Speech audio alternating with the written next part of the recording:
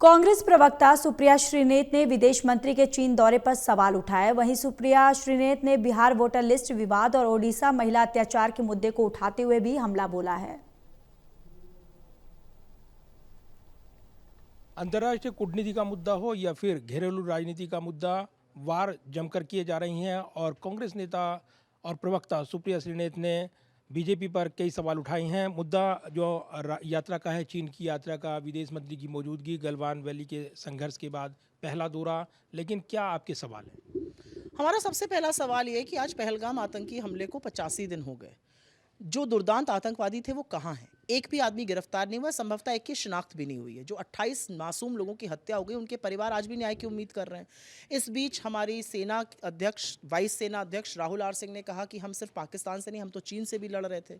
चीन उनको network supply कर रहा था, चीन उनको रियल टाइम इंटेलिजेंस दे रहा था, चीन ने बहुत सोफिस्टिकेटेड वेपनरी और एम्यूनेशन दिए पाकिस्तान को। और ऐसे में जब विदेश मंत्री चीन के दौरे पर हैं तो वो जाकर कह रहे हैं कि हमारे संबंध बहुत मधुर हो रहे हैं, हमारे संबंध इंप्रूव हो रहे हैं। किस दुनिया में रह रहे हैं, किस मुगालते में रहकर वो ये बात कर रहे हैं? आपके संबंध अगर अच्छे हो रहे होते तो चीन आपके दुश्मन के साथ खड़ा रहता। चीन आपके रेयर अर्थ मिनरल्स, आपकी टनल बोरिंग मशीन्स, आपके विशेष फर्टिलाइजर्स का निर्यात रोक रहा है, जिससे आपके इंफ्रास्ट्रक्चर पर फर्क पड़ेगा। चीन आपकी अपने ऊपर निर्भरता बढ़ा रहा है। $100 बिलियन ट्रेड डेफिसिट है, आपसे कम आयात करता है, आपको ज़्यादा निर्यात कर रहा है। चीन के चलते आप पेट्रोलिंग नहीं कर पा रहे उन पॉइंट्स पर। जितनी बफर जोन है वो हिंदुस्तान में बनी हुई है। स्टेटस को एंटी नहीं रिस्टोर हुआ है। अरुणाचल की 30 जगहों का नाम बदल रहा है, 50 गांव बसा दिए हैं, आपके मैप के साथ खिलवाड़ करके आपकी संप्रभुता को लड़काता है। ये मतलब मुझे समझ में नहीं आ रहा है कि ये मोदी जी की जो एक तरफा मोहब्बत है चीन के लिए, उसके चलते वो देश का कितना खामियाजा कराएंगे। आपके दुश्मन के साथ एक देश खड़ा हुआ और आप कह रहे हैं हमारे संबंध बड़े मधुर हो रहे हैं। समझ ही में नहीं आ रही है मुझे बात। घरेलू राजनीति के मोर्चे पर बिहार में वोटर लिस्ट का मामला कांग्रेस लगातार उठा रही है। ये सवाल आज फिर उठाए गए हैं, लेकिन चुनाव आयोग तो कह रहा है कि इसकी योजना देश भर में इसको लेकर आगे बढ़ने की है। तो कैसे हो पाएगा? आप टाइम से कीजिए तो आपकी नीयत पर सवाल नहीं उठेगा। जो आप बिहार में अभी कर रहे हैं वो साजिश है, वो षड्यंत्र है।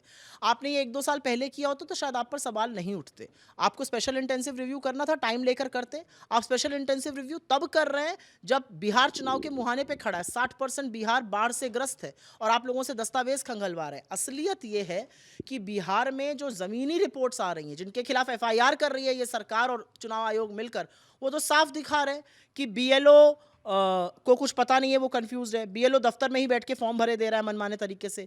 BLO कह रहा है भैया मैंने रिजाइन कर दिया, इतना प्रताड़ना मैं झेल नहीं पा रहा हूँ। BLO जो है वो वसूली कर रहे हैं। BLO कह रहे हैं हम रिसीविंग दे रहे हैं, लोग कह रहे हैं जी हमें कोई रिसीविंग नहीं मिल रही है। साफ साफ पता चल रहा है कि कैसे चुनाव आयोग मनमाने ढंग से काम कर रहा है। रिप्रेजेंटेशन ऑफ पीपल एक्ट का संशोधन 24(3) कहता है कि आधार के बेसिस पर वोटर ID कार्ड बन सकता है। चले जाइए दिल्ली में, आज बन जाएगा आपका, लेकिन बिहार में ये नहीं बनेगा। पटना में बन जाएगा लेकिन सीमांचल में नहीं बनेगा। आप रट लगाते रहते हैं कि आप 80 करोड़ फ्री राशन बांटते, तो राशन कार्ड क्यों नहीं मान रहे? आपका जो वोटर ID कार्ड है आप उसको मानने को तैयार नहीं है। जो 11 दस्तावेजों की सूची है, उस सूची में जो ज़्यादातर डॉक्यूमेंट्स वो बिना आधार के नहीं बन सकते, फिर भी आप आधार को नहीं मानेंगे। और एक पते की बात यह है कि अगर सब कुछ अवैध है, सारे वोटर अवैध हैं 2003 के बाद, तो जो सरकार है वो भी अवैध है। जो 40 में से 30 NDA के सांसद इस बार चुनेगा वो रिजाइन करें, वो सब रिजाइन करें, वो आए यहाँ पर और रिजाइन करें, क्योंकि उनको तो भारतीयों ने चुना ही नहीं है, अवैध लोगों ने चुना है। तो बिहार में जिस तरह का एक्सपेरिमेंट करने की चुनाव आयोग कोशिश कर रहा है वो पूरी तरह से षड्यंत्र है। ये किसी भी तरीके से बर्दाश्त नहीं किया जाएगा।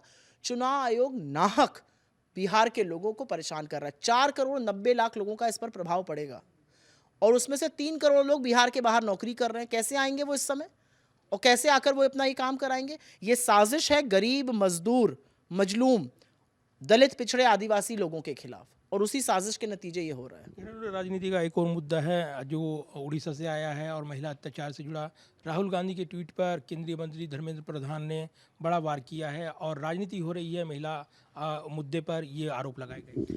इससे ज़्यादा दुखद क्या होगा कि एक लड़की न्याय की गुहार लगाती हुई, न्याय की आस करती हुई इस दुनिया से चली गई। उसने तमाम जगह कंप्लेन करी, यौन शोषण की कंप्लेन करी, मानसिक प्रताड़ना की कंप्लेन करी। न यूनिवर्सिटी ने कुछ किया, न एडमिनिस्ट्रेशन ने किया, न पुलिस ने किया, न सरकार ने किया। अंततोगत्वा उसके पास कोई चारा नहीं बचा, उसने आत्मदाह कर लिया और अंततोगत्वा उसकी मौत हो गई। आज उसका पिता, इस देश की आधी आबादी, हम सब न्याय पूछना चाहते हैं।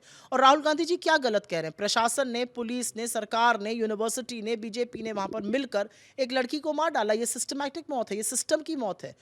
एक बार भी बीजेपी के एक व्यक्ति ने उसके लिए नहीं बोला, जबकि वो एबीवीपी की कार्यकर्ता थी। एक व्यक्ति ने नहीं बोला।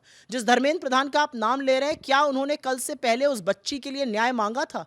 कहा था इसके साथ गलत हो रहा है? एक शब्द नहीं बोला। और आज जब वो इस दुनिया से चली गई तो ये आ गए अपनी घटिया राजनीति करने। इनके लिए औरत दोयम दर्जे की नागरिक है। जो ओडिशा में हो रहा है, क्लास 6 की बच्ची प्रेग्नेंट है, क्लास 9 की बच्ची की डिलीवरी हो रही है, जिस तरह का सेक्सुअल एक्सप्लॉयटेशन, जिस तरह की महिलाएं गायब हो रही हैं ओडिशा में, ये किस मुंह से बात कर रहे हैं? जिस तरह का ऑर्गन ट्रेड की खबरें हैं ओडिशा से, ये किस मुंह से आकर यहाँ पर बात करते हैं? 1 साल आपकी सरकार को बने नहीं हुआ और महिलाओं के लिए ओडिशा नर्क हो चुका है। ये असलियत है। धन्यवाद बात करने के लिए। और चाहे अंतर्राष्ट्रीय मुद्दा हो या फिर घरेलू राजनीति के मुद्दे, इन पर जमकर वार किया है कांग्रेस प्रवक्ता सुप्रिया श्रीनेत ने। कैमरामैन विदर्भ के साथ प्रदीप कुमार, टोटल न्यूज़, दिल्ली।